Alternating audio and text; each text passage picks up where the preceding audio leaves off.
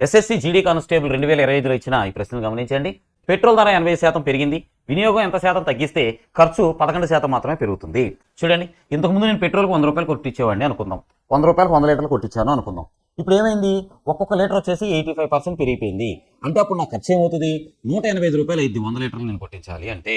అయితే నా దగ్గర అన్ని డబ్బులు లేవు. నేనేం చేశాను, బంకుకి వెళ్ళి, బాబు నా దగ్గర అన్ని డబ్బులు లేవు కానీ 111 రూపాయలు ఉన్నాయి, ఎందుకంటే నా ఖర్చు నేను 11% పెంచాలనుకున్నాను కాబట్టి 111 రూపాయలు డబ్బులే ఉన్నాయి, 111కి నువ్వు కొట్టు, ఎన్ని లీటర్లు కొడతావు అన్నీ కొట్టు అని అన్నాను. సో 185 రూపాయలు నేను రెగ్యులర్గా వాడేది, ఇప్పుడు 111 రూపాయలు పెట్రోల్ మాత్రమే కొట్టించుకుంటున్నాను. ఎంత తగ్గిందండి, ఎంత తగ్గింది చూడండి, 4 తర్వాత 7 74 తగ్గింది. దేని మీద, ఇదిగో 185 మీద 74 తగ్గింది. ఇంటూ 100 వేద్దాం, మనకు కావాల్సిన పర్సెంటేజ్ వస్తుంది. చూడండి 5 టేబుల్ ఇక్కడ 20 టైమ్స్, అండ్ ఇక్కడ వచ్చేసేటప్పటికి మనకి 5 table 3 and 7 37 times, 37 74లో 2 times 2 20s 40% మనం తగ్గించుకోవాల్సిన అవసరం ఉంది.